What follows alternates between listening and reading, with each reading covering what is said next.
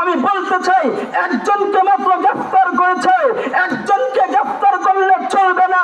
ওই সংগঠনের মধ্যে যারা পরিচালনা করে প্রত্যেককেই গ্রেফতার করে আইনের আওতায় আনে শাস্তি দিতে হবে, দিতে হবে, দিতে হবে। কথা বলেন ঠিক কিনা? না হয় মুসলমান কখনোই বসে থাকবে না। এদেশের উলামায়ে কেরাম, এই দেশের তাওহীদি জনতা ওই দেশের মধ্যে কোন অশৃঙ্খলা সৃষ্টি করতে চাই না।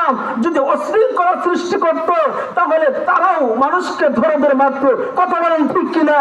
উলামায়ে কেরাম নীরবতা পালন করছে যে ওই সমস্ত তাবলীগ যারা মানুষকে হত্যা করে, ওই সমস্ত তাবলীগ ওই বাংলার জমিনে দেওয়া যাবে না, যাবে না, যাবে না। কথা বলেন ঠিক কিনা? অতএব আমি বলতে চাই, আমরা সকলেই মুসলমান। যে দলটা একজনের পায়ের মধ্যে হালকা করে নাড়া লাগলে বলতো ভাই মাফ করে দিয়েন, আর ওই দলটা আজকে মানুষের পেটের ভিতরে ছুরি দিয়ে আঘাত করে টঙ্গীর ময়দানে 2 দিন আগে, হয়তো 18 তারিখে আমার ভাইদেরকে শহীদ করে দিয়েছে।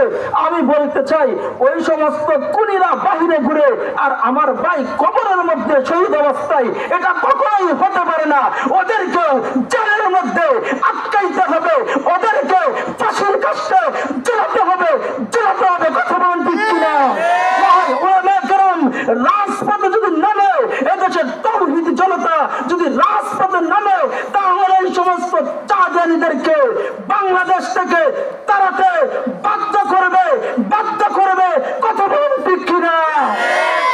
অথবা